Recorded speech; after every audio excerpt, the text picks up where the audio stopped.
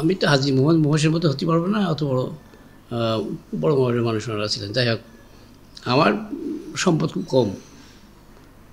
কম income, এবং তার মধ্যেই আমি যতটুকু পারি করি, মানুষকে নিঃস্বার্থ হবে সেটা মার্ক করে নিজের স্বার্থ রাখিয়ে সব 100% আল্লাহর রাস্তায় করি আর কি, আল্লাহ সন্তুষ্টির জন্য করে যাচ্ছে।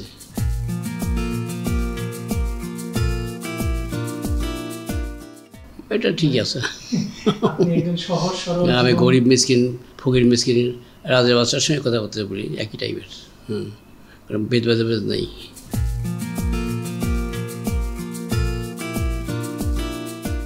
যখন আমার জন্ম হয় তখন লেখাপড়া আবার অত্যন্ত তেমন লেখাপড়ার লোক ছিল না, জানাশোনার লোক।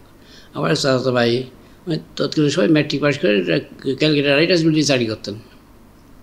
উনি একটা বইয়ের পাতায় লিখে রেখেছিলেন আলাউদ্দিনের জন্মের তারিখে, সেটা 38 সালে, ডিসেম্বরে 38 সম্ভবত, পুরোপুরি ঠিক নেই, এই আর কি অবস্থা। কিন্তু আমরা এখানে যে 44 দেখছি, 44টা কিন্তু ঠিক না। ওটা পেলাম, ওটা পেয়েছি আমি গ্রাজুয়েশন ডিগ্রি নেওয়ার পর। ওদের উত্তর সময় আমার বইটি সব দেখা হয়ে গেছে, অনেক কিছু হয়ে গেছে, ওই রেকর্ড হয়ে গেছে। ওইটাই নিয়ে চালাচ্ছে এখন।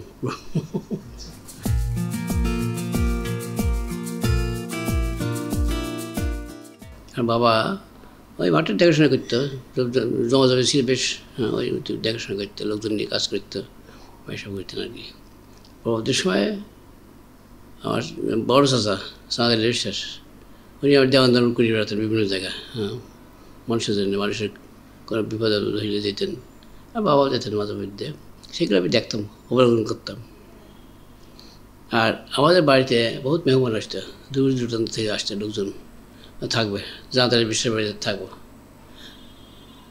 যখন আসতেন তারা বিভিন্ন এলাকাতে, নোয়াখালী কুমিল্লার লোকও দিতেন, বর্তমান অঞ্চলের আশেপাশের লোকও দিতেন। তাদের খাওয়ার দায়িত্ব ছিল আমার উপরে, সেবা যত্নের দায়িত্ব আমার। তৎকালীন সময় আমার বাড়িতে একটা কাছারি ঘর ছিল, খুব বড়ো সুন্দর সাজানো কাছারি ঘর, ওখানে আমি থাকতাম কিন্তু এক পাশে, আর আমার সিটও ছেড়ে যেতাম তাদের জন্যে, আসতে খাক, এইভাবে করতাম। তা সেভাবে করতে করতে অনেক কিছু শিখে ফেলেছিলাম আমি তৎকালীন সময়ে। মানুষের উপকার করার জন্য, মানুষকে দান খরচ করা কীভাবে দিতে হয় ইত্যাদি ইত্যাদি। আর যখন আমার স্কুলে ভর্তি হলাম, মক্তবে পড়াশোনা করতাম। পরবর্তী সময় আমার বাড়ি থেকে 2 মাইল দূরে হলে নন্দলাল প্রাইমারি স্কুল, সেখানে ভর্তি হলাম। সেখানে এক হেডমাস্টার, পান্টির একজন হেডমাস্টার ছিলেন জায়গিরের জন্যই খুঁজছেন। শেষ পর্যন্ত আমি বললাম যে আপনি আমাদের বাড়িতে চলেন, আপনাকে জায়গায় রেখে দেবো ওরা। তাই নিয়ে আসলাম। তারপর চাষা খুব খুশি হয়েছে, ঠিক আছে ভালো হয়েছে, উনি থাক, তোমার দায়িত্ব, সব দায়িত্ব তোমার, আমাদের খানা পিনার দায়িত্ব বা আমাদের সেবা যত্ন চাই করার দেওয়া লাগে, প্রয়োজনীয় কাজকর্ম তুমি করে দিও। আর ভিক্ষা, প্রচুর ভিক্ষুক আসতো ভিক্ষা নেওয়ার জন্য। আমার দায়িত্ব ছিল মানুষ ভিক্ষা কিনতে আসবে যখন, চাল হোক ধান হোক তুমি দিবা, এইগুলো। আর এই মুরগি আসলে এটি তারি দিবা, সেগুলো এইগুলোই করতাম। তাই আর কি অবস্থা আমার ছোটোবেলায়। তারপরে পড়াশোনা করতে করতে ইনশাল্লাহ আচ্ছা, পড়াশোনা প্রথমে গ্রামের মক্তব, তারপরে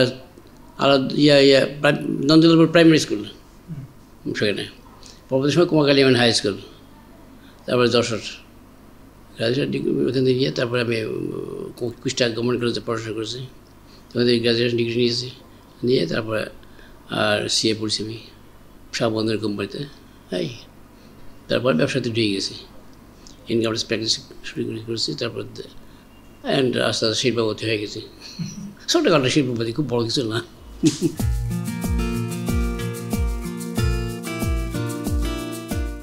মুক্তিযুদ্ধের অংশগ্রহণ, আমরা এখানে মুক্তিযুদ্ধের আসতাম আমার বাড়িতে, অনেক মুক্তিযুদ্ধ আসছে, আশেপাশে যারা আসছে, আমি তাদের খাওয়ার ব্যবস্থা করতাম। আমাদের ব্যবস্থা ভালো ছিল, খাওয়ার ব্যবস্থা করতাম, কিছু কিছু টাকা পয়সা ইনকাম করতাম। তখন প্র্যাকটিস করে পেতাম, ওদের দিয়ে যেতাম, কাপড় চোপড় যা লাগতো দেওয়ার ব্যবস্থা করতাম যতটুকু সম্ভব। এক রাত্রে কাহিনি, আর দিনে আসতে মিলিটারিরা, মিলিটারি আর্মি আসতে আসতে ছাগল টাগল নিয়ে যাইতে, গরু ছাগল বেড়ে নিয়ে যাইতে, এই আর কি। এভাবে হইতো, এইভাবে দিন কাজ চলতে হতো অনেক সময়।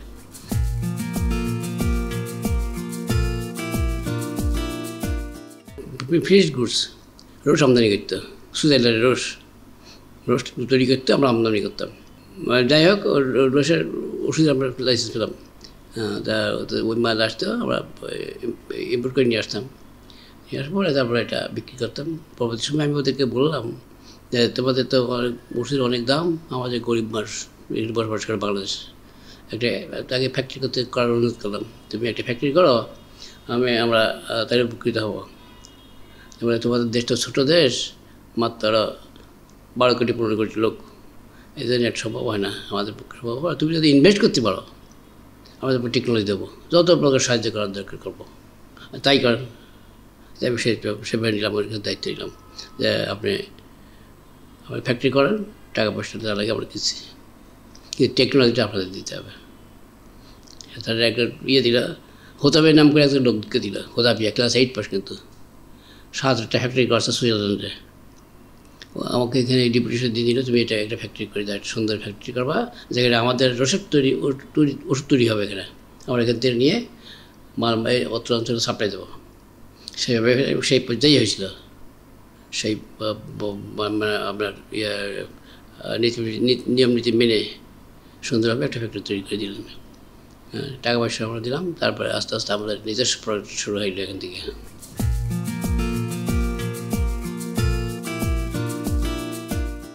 ফ্যামিলি মেম্বার সব আর কি।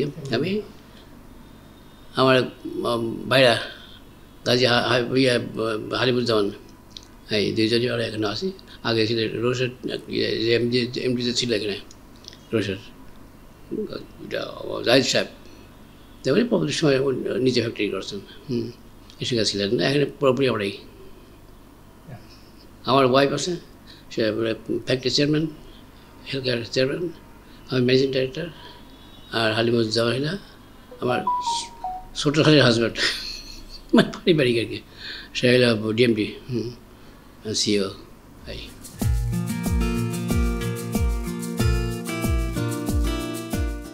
এই স্কুল, কলেজ, মসজিদ, মাদ্রাসা, রাস্তাঘাট, বিভিন্ন রকমের মানুষের যেটা উপকার লাগে সেটাই করেছি আর কি।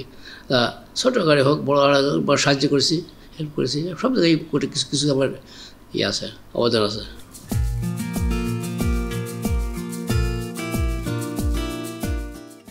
আমার মা এই সকালে ঘুমের থেকে 5টার সময় ডেকে দিত, ওটা ওইটা নামাজ পড়ো, কোরআন শরীফ পড়ো, তারপরে যা খাওয়ার দরকার খেয়ে তুমি পড়াশোনা শুরু করে দাও। আর মানুষ আসলে কাউকে ফেরাবে না, সে ভিক্ষা দাও আর নিজে ইনকাম করে টাকা দাও, হাত পাতবে দিয়ে দেবা, যা চাবে যতটুকু পরে দিয়ে দিও তোমার সাধ্য মতো। সেভাবে করে যাচ্ছি আমরা, সেই ছোটোবেলার মায়ের নির্দেশ পালন করে যাচ্ছে।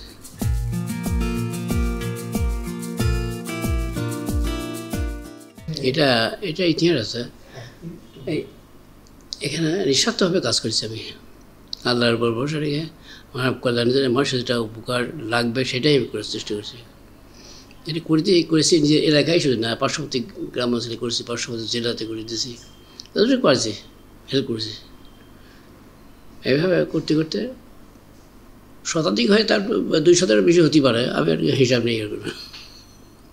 এই করে গেছি, করলে আমার ভালো লাগে, বললে আমি আমার তৃপ্তি পাই আমি। হ্যাঁ, লোকে মাঝে মধ্যে দানা বেড়ে ডাকে।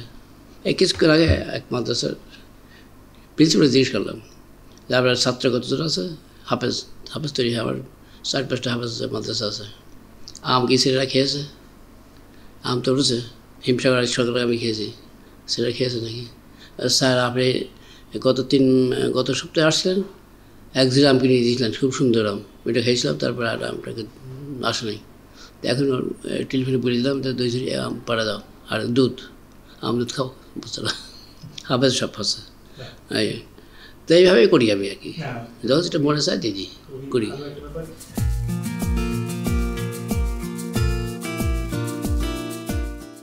সেটা ভালোই লাগে, অবশ্য গর্ববোধ হয়।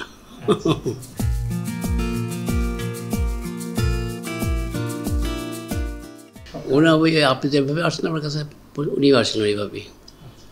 আসার পরে বলছে আপনি তো অনেক কাজ করছেন করে যাচ্ছেন, আমি একটা বই লিখতে চাই আপনার জীবনের লাইফ হিস্ট্রি করতে চাচ্ছি, তাই কি সম্মতি আছেন? হ্যাঁ হ্যাঁ করেন, কোনো সমস্যা নেই, করেন।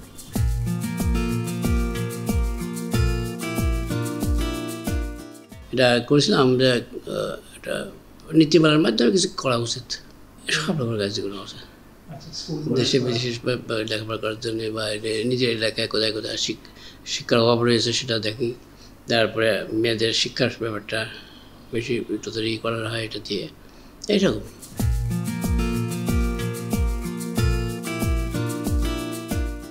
শিক্ষা ছাড়া তো আমার সব, শিক্ষাতে অনেক কিছুই শিখতে পারবো সে, বুঝলেন? শিক্ষা না হলে দুনিয়ায় চলবে না, শিক্ষা রাখতে হবে, সব সাইডে আমি শিক্ষা গ্রহণ করতে হবে। তাই শিক্ষার উপরে বেশি জোর দিয়েছি আমি। আমার যতটুকু ইনকাম করে শিক্ষাতে তার 50% বেশি ছিল, করার চেষ্টা করি। এখন তো ব্যবসা বাণিজ্য নষ্ট হয়ে আসছে আস্তে আস্তে, ওই ডলার যুদ্ধে আর করোনা হওয়াতে বহু ইন্ডাস্ট্রি নষ্ট হয়ে গেছে, বন্ধ হয়ে গেছে, ব্যবসা বাণিজ্য বন্ধ হয়ে গেছে। আবার ডলারের জন্য রিস্ক করতে পারিনি। এই যে অবস্থা, শিক্ষা দিতেই হবে, না হবে না। আর বিশেষ করে মায়েদের শিক্ষা, বাচ্চাদের মহিলা শিক্ষা এটা হওয়া আরও জরুরি। কেন মায়ের বাচ্চা তৈরি করে, একটা বাচ্চা শিক্ষিত হয় মায়ের গুণের জন্যে, মায়ের আদর সম্মান বা আদর যত্ন বা তার নির্দেশনা, এটাই মায়েরাই ভালো করে। শিক্ষক হচ্ছে মাই বেশি উপকারী, কার্যকরী। এটা এই আর কি। এদের শিক্ষার জন্যে অনেক কিছুই হয়েছে আমার এলাকায়, অনেক উন্নতি হয়েছে। বিশেষ করে আমার অঞ্চলে 85% শিক্ষিত এখন।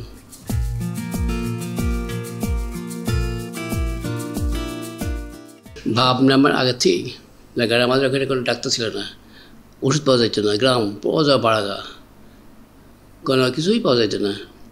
আমাকে আলাউদ্দিন তুমি যাও তো, ওই অমুক অমুক ডাক্তারকে যাও তো, কুষ্টিয়ার থেকে যাই ওষুধ নিয়ে এসো।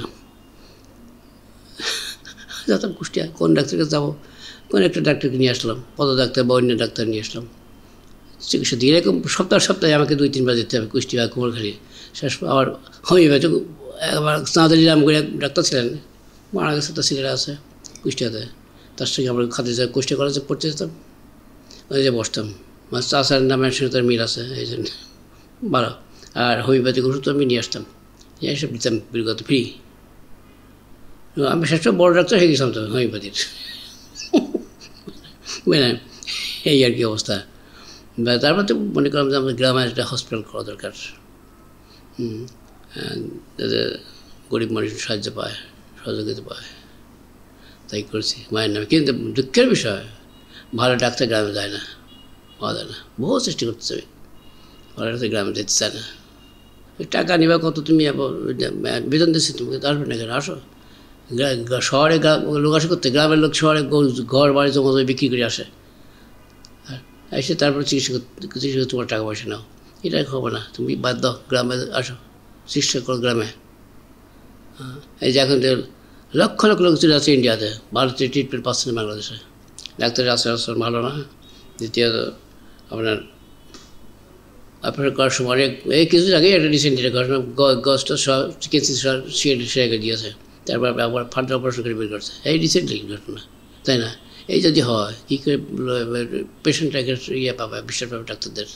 তাই ইন্ডিয়াতে চলে যাচ্ছে, সিঙ্গাপুরে চলে যাচ্ছে, যাদের অবস্থা ভালো, থাইল্যান্ডে চলে যাচ্ছে, তাই না? এই অবস্থা হয়েছে। সেই জন্যই হসপিটাল করলাম। কিন্তু দুঃখের বিষয়, হসপিটাল টিপটপ। কয়েকদিন আগে আপনার ইন্ডিয়া থেকে লোক আসছিল, 10 জন দেখতে বললাম, তারা হসপিটাল দেখেছে, ডাক্তার ছিল 2 জন। দেখে দুঃখ প্রকাশ করল যে এত সুন্দর হসপিটাল, আর ডাক্তার আসে না। ডাক্তার আপনি ইন্ডিয়া থেকে দেন আমার, এখান থেকে লক্ষ লক্ষ লোক যাচ্ছে ইন্ডিয়ায়, ফরেন কান্ট্রি যাচ্ছে ইন্ডিয়াতে।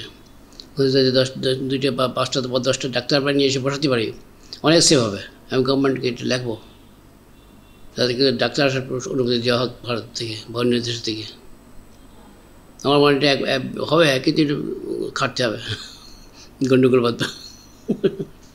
ডাক্তাররা সমিতি আছে তাদের, যাই হোক, এই চিন্তা ভাবনা।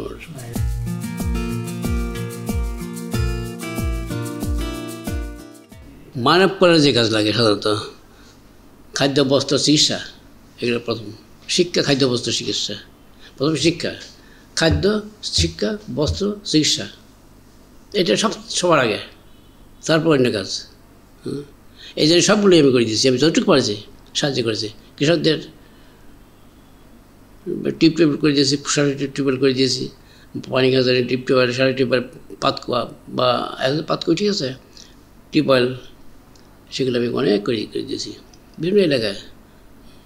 এগুলো দিয়ে মানুষ উপকৃত আছে।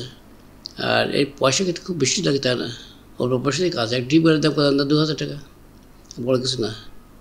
একটা টিউবওয়েল যদি একটা জায়গায় দিয়ে দিই, আমাদের এক অঞ্চলের লোক পানি খেতে পারবে। এসব করি আর কি, মানব কল্যাণের জন্য আর করি। এবং আল্লাহ তাআলা বলেছে কোরআন শরীফের শিক্ষাতেই আপনি দেখা আছে বারবার, আল্লাহ বলে তুমি সৎ কাজ করো, আল্লাহকে বিশ্বাস করো, ইত্যাদি ইত্যাদি। ভালো, এইগুলো করার দরকার আমাদের। আমরা মানুষ হয়ে আসছি এখানে, আল্লাহ তাআলা সিট পাঠিয়েছেন, কী করলাম আমরা?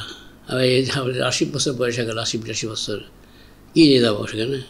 ভালো কাজ করে যেতে বলছেন আল্লাহ বারবার। আমরা তো ভালো কাজ করি, ভালো কাজ করি না।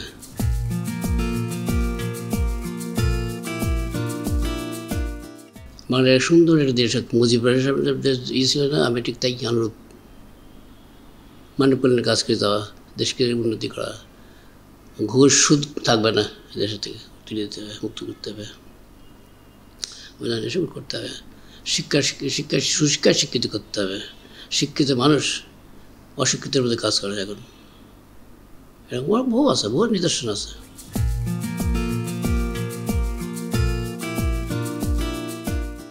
হ্যাঁ, আমার গান ভালো লাগে, গান ভালো লাগে, হাদিস কোরআন ভালো লাগে। অসুবিধা একটু পরে একটু শোভা অনেক রেস্ট নিই আমি, 1-2 ঘন্টা।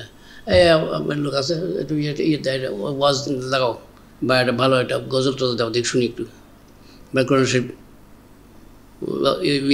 আছে পড়ছে, ওইটা দেখো, শুনি।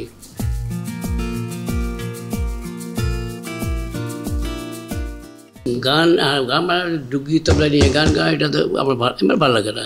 এমনি গান গাও, কোনো সমস্যা নেই, ভালো। গজল হলে আরও ভালো। এটা খারাপ কিছু যদি পাই তো সেটা আমি বন্ধ করে দিই না, খারাপ কিছু বলা যাবে না, করা যাবে না, দেখানো যাবে না। ভালো জিনিস দেখো, মানব শিক্ষা। আমি যা একটা পার্ক করেছি, শিক্ষামূলক পার্ক, ওখানে যদি যান করার সময় দেখবেন শিক্ষণীয়, ওখানে গিয়ে তাকে পড়তেই হবে, যত দুষ্ট ছেলেই হোক, শয়তানই হোক, তাকে পড়তেই হবে। ওদের বাণী অনেক আছে, লক্ষ হাজার হাজার আছে, বড় বড় মনীষীদের লাইফ হিস্ট্রি ছবি সহ আছে, তারা কীভাবে কোন ফ্যামিলি থেকে তারা আসছিল, আজ কী হয়েছে, সব লেখা আছে। মসজিদের আগে বেশি যায় ওখানে, যদি কোনো সময় যায় না আলাউদ্দিনগর, দেখবেন এটা গ্রাম কী হয়েছে, ইনশাল্লাহ সবই আলাদা করে দিচ্ছে, যা চাবেন তাই পাবেন।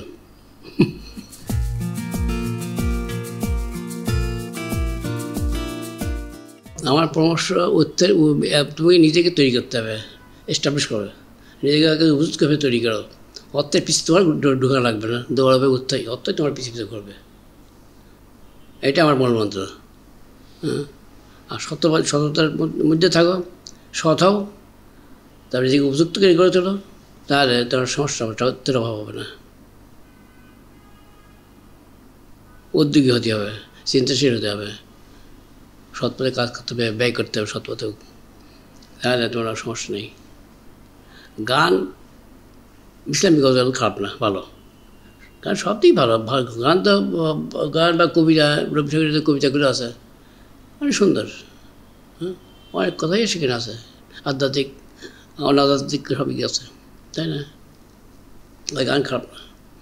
অশ্লীল গান, অযুক্ত যেগুলো, সেগুলো পছন্দ করি না আমরা, এটাই হওয়া উচিত। তা নাহলে মনে একটা ইয়ে থাকবে না, তো আপনার এই বাচ্চারা লাফালাফি করে গন্ডল করে, এটা করে, ওটা করে, ওটা করে, পয়সা করে হবে। পয়সা তো তার সাবসিডি টাকা পয়সা করে থাকে, তাহলে কিন্তু এটা করে না।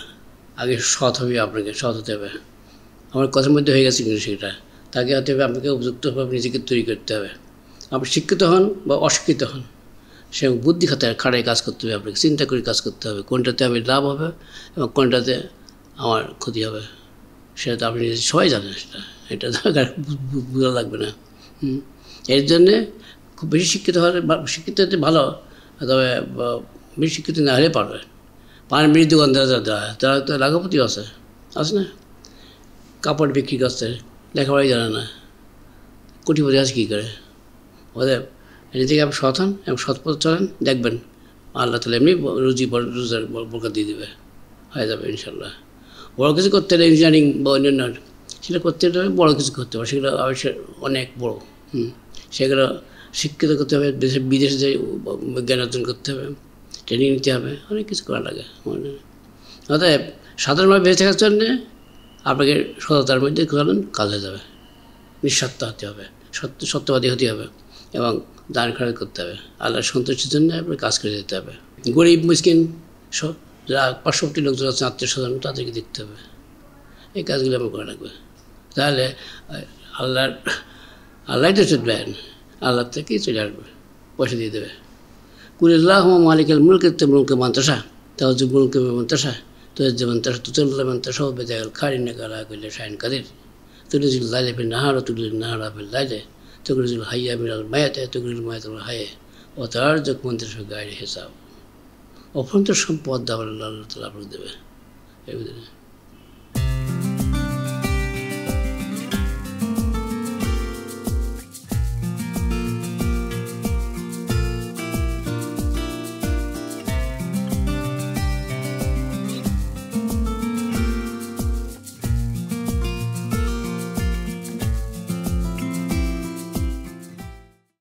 সংবাদ, ফিচার ও অনুষ্ঠানের জন্য ভিজিট করুন সংবাদ প্রকাশের ওয়েবসাইট এবং যুক্ত থাকুন ফেসবুক পেজ ও ইউটিউব চ্যানেলের সঙ্গে।